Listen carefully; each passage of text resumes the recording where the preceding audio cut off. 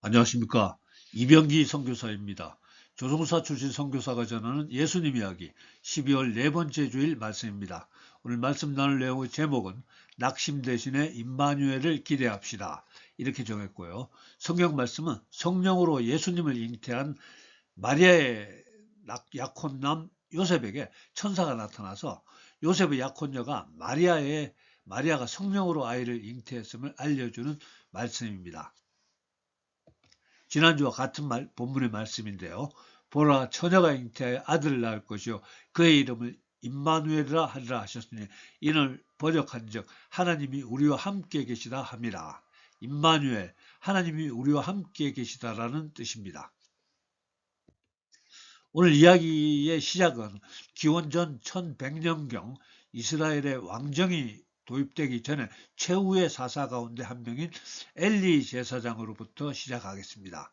엘리는 아들이 두 명으로 홈리와 비느하스를 두었는데 그 아들들은 하나님을 업신여기는 망나니 같은 제사장으로 결국은 그 아들들 때문에 그의 집안은 곧 하나님의 심판을 받게 됩니다. 하나님은 엘리 집안의 심판에 앞서서 엘리 제사장에게 두 번 미리 경고를 전해주시는데요. 한 번은 하나님이 보낸 어떤 선지자가 엘리 제사장에게 와서 하나님이 심판이 가까웠음을 경고했습니다. 그리고 또 한 번 엘리 제사장에게 맡겨져 성장하고 있던 어린 사무엘에게 하나님의 말씀이 임해서 엘리의 아들 홈리와 비느하스로 인한 그들 집안의 심판이 선포됩니다. 어린 사무엘에게는 하나님의 말씀이 이렇게 임합니다. 내가 그의 집을 영원토록 심판하겠다고 그에게 말한 것은 그가 아는 죄악 때문이니 이는 그가 자기의 아들들이 저주를 자청하되 금하지 아니하였음이니라. 자, 계속되는 하나님 말씀은 이제는 회개를 해도 소용없는 취소될 수 없는 심판이 확정되었음을 알려주십니다. 자, 그러던 어느 날 이스라엘 사람들과 블레셋 사람들 간의 전쟁이 발발했고 1차전에서 이스라엘이 패배해서 사상자가 많이 나왔습니다. 그러자 이스라엘 장로들이 의논을 해서 법궤를 십계명 돌판을 전쟁터로 가져오게 합니다. 그렇게 해서 법궤를 보관하고 있던 엘리의 망나니 아들 그 두 명 홈리와 비느하스가 법궤를 메고 전쟁터로 들어옵니다. 여호와의 언약궤가 진영에 들어올 때 온 이스라엘이 큰 소리로 외치며 땅이 울린지라. 블레셋 사람들도 이스라엘 사람들이 법궤가 전쟁터로 들어온 것을 알고 두려워하기 시작합니다. 그런데 그럼에도 불구하고 전쟁의 결과는 모든 사람의 예측을 벗어나서 이스라엘이 대패합니다. 블레셋 사람들이 쳤더니 이스라엘이 패하여 각기 장막으로 도망하였고 살육이 심히 커서 이스라엘 보병에 엎드려진 자가 3만 명이었으며 하나님의 궤는 빼앗겼고 엘리의 두 아들 홈리와 비느하스는 죽임을 당하였더라. 이스라엘은 블레셋과의 두 번째 전쟁에서 완전히 패하고 법궤 빼앗기고 엘리의 망나니 두 아들 전사했습니다. 집에서 전쟁 결과를 초조하게 기다리던 늙은 엘리에게 전쟁터에서 전령이 도착합니다. 엘리 제사장이 그 전령에게 질문합니다. 결과가 어떻게 되었느냐? 사무엘상 4장 17절에 소식을 전하는 자가 대답하여 이르되 이스라엘이 블레셋 사람들 앞에서 도망하였고 백성 중에는 큰 살육이 있었고 당신의 두 아들 홈리와 비느하스도 죽임을 당하였고 하나님의 궤는 빼앗겼나이다. 의자에 앉아있던 엘리가 충격을 받고 놀라서 뒤로 넘어져 목이 부러져 즉사했습니다.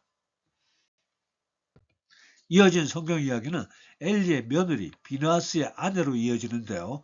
그녀는 임신 상태로 해산할 때가 가까워진 상태였습니다. 그런데 어느 날 갑자기 남편과 시숙이 법궤를 메고 전쟁터로 나갔고 전쟁은 대패했고 남편과 시숙이 죽고 법궤는 빼앗기고 나중에는 자기 시아버지가 목이 부러져 죽었다는 얘기를 듣게 되는데요. 그때 이 여인이 갑자기 산통을 시작하고 죽어가면서 아이를 낳고 아이 이름을 이가봇이라고 지어주고 숨을 거두게 됩니다. 이러기를 영광이 이스라엘에서 떠났다 하고 아이 이름은 이가봇이라 하였으니 하나님의 교회가 빼앗겼고 그의 시아버지와 남편이 죽었기 때문이며 또 이르기를 하나님의 교회를 빼앗겼으므로 영광이 이스라엘에서 떠났다 하였더라.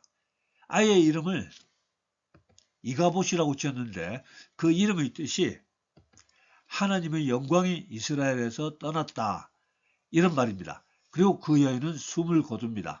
오늘 성경 이야기 여기까지 소개하겠습니다. 첫 번째 주제인데요. 개인이나 집안이나 나라가 하나님께 범죄해서 하나님의 심판이 임하기 전에 하나님께서는 여러 번에 걸쳐서 경고를 주시고 우리가 회개하고 죄에서 돌이키시기를 바라십니다. 오늘 우리는 엘리 제사장의 아들들이 범죄했고 하나님은 두 번이나 엘리에게 엘리 집안의 심판을 예고했음에도 불구하고 아무런 조치도 취하지 못했고 결국 법궤를 빼앗기고 두 아들은 죽고 엘리도 죽고 엘리의 며느리도 아들을 낳다가 죽게 되는 것을 알게 됩니다. 지금 우리 지구촌에도 그 어느 때보다 마지막 때 하나님의 심판이 예고되어지는 것 같습니다. 성경에 기록된 마지막 때의 징조가, 모든 징조가 거의 다 나타나고 있습니다. 말세에 고통하는 때가 이르러 사람들이 자기를 사랑하며 돈을 사랑하며 자랑하며 교만하며 비방하며 부모를 거역하며 감사하지 아니하며 거룩하지 아니하며 무정하며 원통함을 풀지 아니하며 모함하며 절제하지 못하며 싸나우며 선한 것을 좋아하지 아니하며 배신하며 조급하며 자만하며 쾌락을 사랑하기를 하나님 사랑하는 것보다 더하며. 요즘은 10년 전, 20년 전, 아니 30년 전에 비교해서 그 어느 때보다도 쾌락을 좋아하고 말세로 가는 분위기입니다. 민족이 민족을, 나라가 나라를 대적하여 일어나고 있고 곳곳에 큰 지진과 기근과 전염병이 있겠고 또 무서운 일과 하늘로부터 큰 징조들이 있으리라. 전쟁과 지진과 기근과 전염병이 이전에도 있었지만은 요즘 분명히 더 심해지고 있습니다. 특히 최근 우리나라와 가까운 일본에서는 거의 매일 지진이 일어나고 있다고 합니다. 특히 난카이 대지진이라고 불리는 유명한 지진이 있는데요. 일본 열도 남부 해안에서 약 100년, 150년 주기로 발생하는 대지진으로 규모는 일어날 때마다 다르지만 보통 지진 강도가 8.0 전후에 달하는 것으로 알려져 있습니다. 이 난카이 지진이 가까운 시기에 일어날 것이라고 많은 과학자들이 예측하고 있습니다. 아무튼 하나님의 심판에 앞서서 자연현상으로 또는 선지자를 통해서 하나님의 심판이 임박했음을 하나님께서는 우리에게 알려주고 계십니다. 두 번째 주제입니다. 이스라엘이 블레셋과의 전투에서 패하자 장로들이 의논해서 법궤를 메고 전쟁터에 모시고 왔는데요. 이번에도 전투에서 패하고 이번에는 법궤마저 빼앗기는 참패를 당했습니다. 자, 그렇다면 법궤는 이렇게 아무런 능력이 없을까요? 맞습니다. 법궤가 승리를 보장해 주지 않습니다. 즉 교회가 승리를 보장하지 않습니다. 하나님이 떠난 사람, 하나님이 떠난 법궤, 하나님이 떠난 교회는 하나님의 능력을 전혀 기대할 수 없습니다. 하나님의 임재가 능력을 나타내는 것이지 하나님의 법궤가 능력을 나타내는 것이 결코 아닙니다. 하나님이 함께 하시는 성도들의 모임이 능력을 나타내는 것이지 하나님의 임재가 떠난 교회는 아무런 능력을 나타내지 못합니다. 하나님의 임재를 사모해야 합니다. 성령 충만을 사모해야 합니다. 세 번째 주제입니다. 하나님이 영광이 떠났다고 해서 하나님의 영광이 떠났다고 선포하지 말아야 합니다. 대신 회개하고 돌이켜 하나님의 영광이 돌아오기를 기대하며 기다려야 합니다.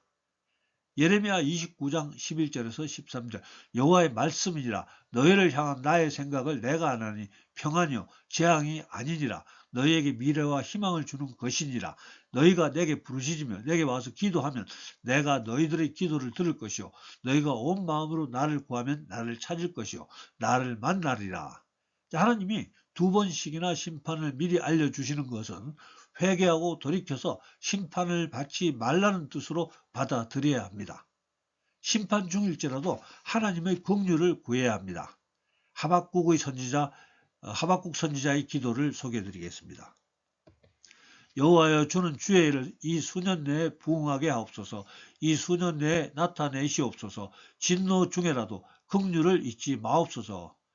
즉 영광이 떠났다고 선포하지 말고 진노 중에라도 하나님이 징계를 받는 중이라도 하나님의 긍휼을 구해야 한다는 뜻입니다.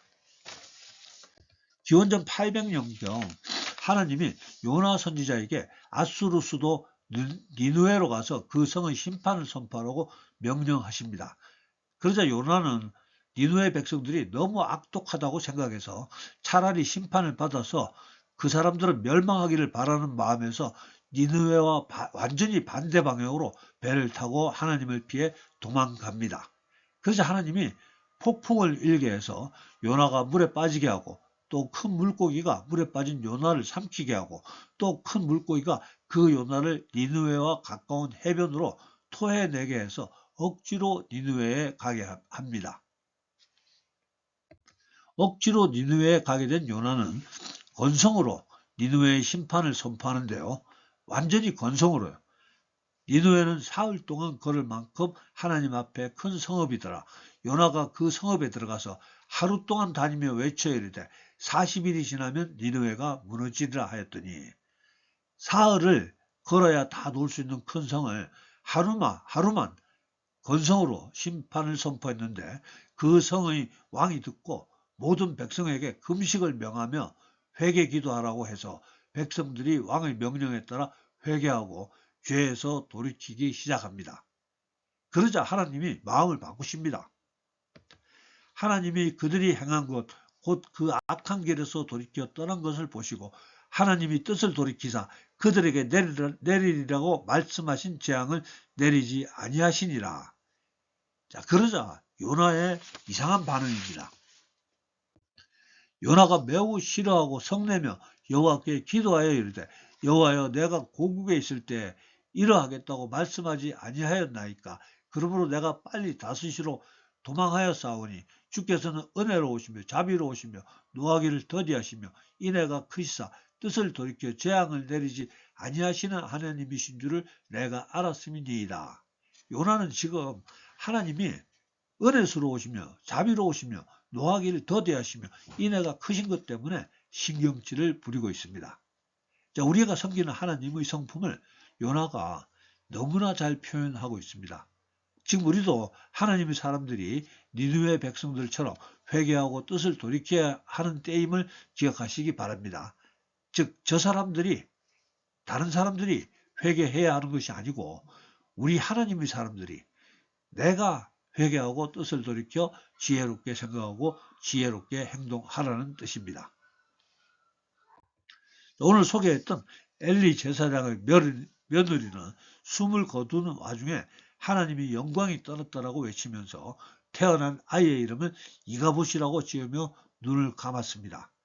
이때 태어난 이가봇이 어떻게 성장하고 무엇을 했는지는 성경에 기록되지 않았습니다. 아무튼 이때부터 엘리 제사장 가문은 성경 기록에서 점차 사라집니다. 여러분, 절대로 현재 상황 때문에 우리들이 미래를 결정짓지 못하게 하십시오. 좋지 않은 시기가 있지만 그 시기는 영원하지 않습니다. 그러므로 지금 일어나는 안 좋은 현재의 일들이 우리들의 미래를 이름짓게 하면은 결코 안 됩니다. 어쨌든 그 여인은 자기가 낳은 아이를 이가봇이라고 이름짓고 이어서 이렇게 말합니다. 하나님의 영광이 내 삶에서 떠났고 내 결혼 생활과 우리 가족에게서 하나님의 영광이 떠났다. 이제 좋은 날은 다 끝났고 행복은 없다. 내 삶에 이제 기쁨은 없다. 그러니 이 아이를 내 현재 상황대로 이름 짓겠다. 이 아이는 이가봇이라고 불릴 것이다. 그리고 그 여인은 숨을 거둡니다. 이것은 너무나 무책임한 행동입니다. 이제 제가 오늘 드리고 싶은 본론 말씀으로 들어갑니다. 이가봇이라는 슬픈 이름 대신에 임마누엘이라는 밝은 이름을 짓고 임마누엘을 기다려야 합니다. 예수님이 이 땅에 오시기 700년 전 이사야 선지자가 하나님의 말씀을 우리에게 이렇게 전해줍니다. 즉 언젠가 우리를 죄에서 구원하실 메시아가 오신다는 예언입니다. 그러므로 주께서 친히 징조를 우리에게 주실 것이라. 보라, 처녀가 잉태해 아들을 낳을 것이요 그의 이름을 임마누엘이라 하리라. 그 이름의 뜻은 하나님께서 우리와 함께 하신다입니다. 이 예언이 선포된 지 700년이 지나서 천사가 처녀 마리아의 약혼자 요셉에게 나타나서 요셉의 약혼녀 마리아가 성령으로 잉태되었음을 알려줍니다. 아들을 낳으리니 이름을 예수라 하라. 이는 그가 자기 백성을 그의 죄에서 구원할 자이심이라 하니라. 이 모든 일이 된 것은 주께서 선지자로 하신 말씀을 이루려 하심이니 이르시되 보라 처녀가 잉태하여 아들을 낳을 것이요 그의 이름은 임마누엘이라 하리라 하셨으니 이를 번역한즉 하나님이 우리와 함께 계시다 함이라. 이렇듯 우리는 이가봇이라는 이름과 임마누엘이라는 이름 중에서 하나를 선택할 수 있습니다. 이가봇이라고 이름 짓고 모든 희망을 포기하고 죽어가든지 임마누엘이라고 이름 짓고 죽을 때까지 희망을 가지고 살다가 죽든지입니다. 우리 인간은 시간이 되면은 누구나 다 이렇게 생각하든지 저렇게 생각하든지 다 죽어야 합니다. 근데 절망 가운데 희망을 포기하고 비참하게 죽어가든지 또 하나의 대안은 끝까지 임마누엘을 찬양하며 당당하게 천국으로 가겠다는 겁니다. 우리는 두 가지 이 이름 속에서 두 가지의 영을 봅니다. 우리는 둘 중에 어떤 태도와 어떤 영을 취할지 선택할 수 있습니다. 하나는 이가봇의 영을 취할 수 있습니다. 하나님의 영광은 떠났다라고 말하는 것입니다. 그냥 포기하고 믿지 않고 희망을 버리고 꿈을 포기하고 하나님께서 내 삶에 위대한 일을 행하실 것을 믿지 않는 태도입니다. 이것이 이가봇의 영입니다. 낙심의 영입니다. 패배의 영입니다. 많은 사람들이 이 이가봇을 선택합니다. 오래전에 우리나라 대통령까지 하신 분도 이가봇을 선택하고 바위 위에서 뛰어내려 생을 마감했습니다. 그럴 필요 전혀 없습니다. 우리는 크리스마스의 메시지를 듣기로 선택해야 합니다.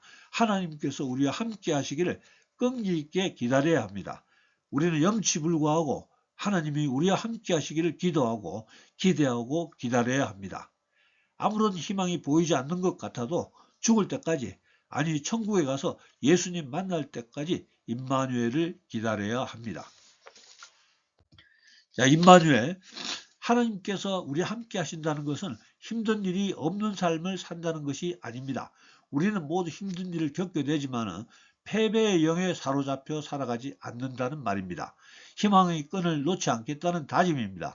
우리는 나쁜 소식이 들리고 힘든 일이나 시련이 오더라도 하나님이 영광이 떠났다는 태도로 그 시절을 넘기지 않는다는 말씀입니다. 우리는 임마누엘의 태도로 그 시절을 보낼 것입니다.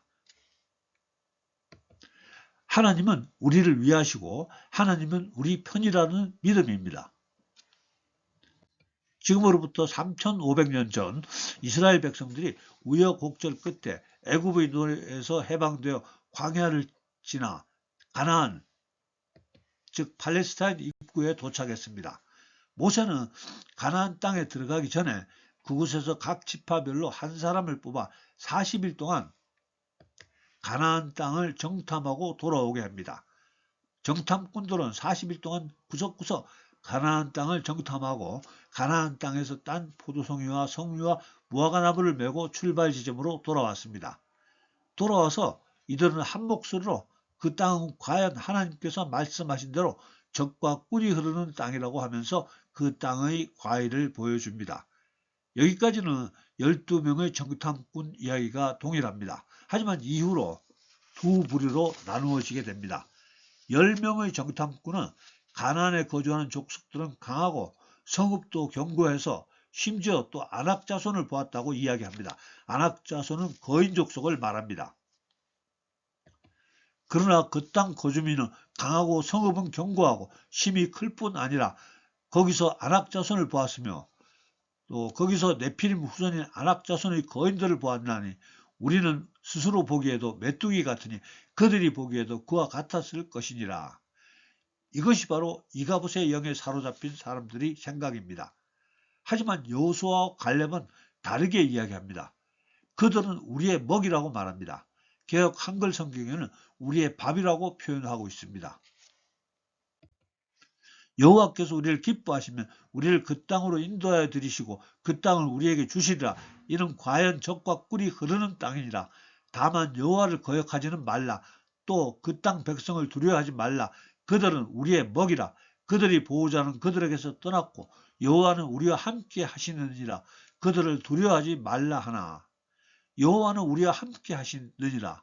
하나님의 사람들은 이렇게 임마누엘의 영에 사로잡힌 고백이 있어야 합니다.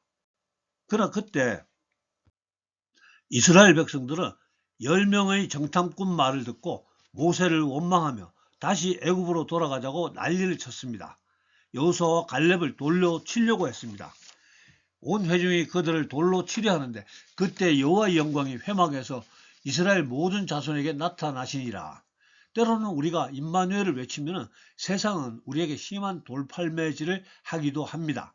임마누엘을 외치는 우리는 돌팔매도 각오해야 합니다. 아무튼 이때 이스라엘 백성들은 하나님의 책망을 심하게 받게 되고 그들이 부정적인 생각대로 그들은 가나안으로 바로 들어가지 못하고 그때부터 다시 광야로 들어가서 40년을 광야에서 헤매다가 그 광야에서 다 죽고 오직 광야에서 태어난 그들의 후손들만 여호수아와 갈렙과 함께 가나안으로 들어가게 됩니다.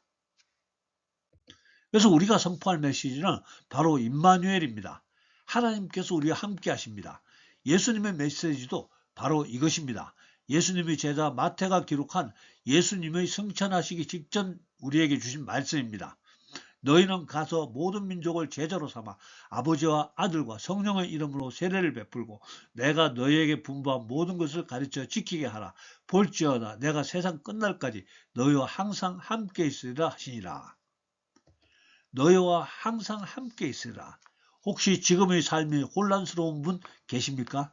모든 것이 혼란스럽게 돌아가고 있습니까? 우리의 삶에 하나님의 계획이 있습니다. 목적이 있습니다. 좌절하지 않으셔도 됩니다. 아무리 힘든 시간을 지나시더라도 임마누엘의 영에 사로잡히십시오. 임마누엘을 기대하십시오. 하나님께서 우리와 함께 하십니다. 할렐루야. 사랑과 은혜 풍성하신 아버지 하나님, 오늘 2025년 마지막 주일에 사랑하는 주의 자녀들 이렇게 불러주시고 또 함께 말씀을 나누게 하심을 듣게 하심을 감사합니다. 지난 한 해 아쉬웠던 시간들, 사건들, 순간들 있었지만 이제 지나가고 있습니다. 임마누엘을 기대했었지만 임마누엘을 느낄 수 없었던 시간들이 있었습니다. 이제 또다시 새로운 한 해 시작합니다. 아버지 하나님, 우리가 임마누엘의 믿음을 지킬 수 있도록 우리를 붙들어 주시옵소서. 우리가 임마누엘을 느낄 수 있도록 충분히 경험할 수 있도록 우리에게 은혜를 더하여 주시옵소서. 예수님 믿고 따르는 우리 하나님의 사람들이 어떤 어려운 상황과 환경 가운데 처하더라도 낙심하지 않고 임마누엘을 찬양하며 일어나서 기업고 승리의 개가를 다시 부를 수 있도록 축복해 주시옵소서. 새해 더 건강하고 더 잘되어서 하나님의 영광을 당당히 선포할 수 있는 우리 모두 될 수 있도록 축복해 주시옵소서. 지금은 우리 구주 예수님의 은혜와 아버지 하나님의 극진하신 사랑과 성령님의 감동, 감화, 교통하심이 오늘 예배에 참석한 우리 모두에게 또 우리들의 가정과 일터와 섬기는 교회 위에 지금부터 영원토록 함께하여 주시옵기를 간절히 축원하옵나이다. 아멘. 예, 감사합니다. 할렐루야. 다음 주에 뵙겠습니다. 내년에 뵙겠습니다.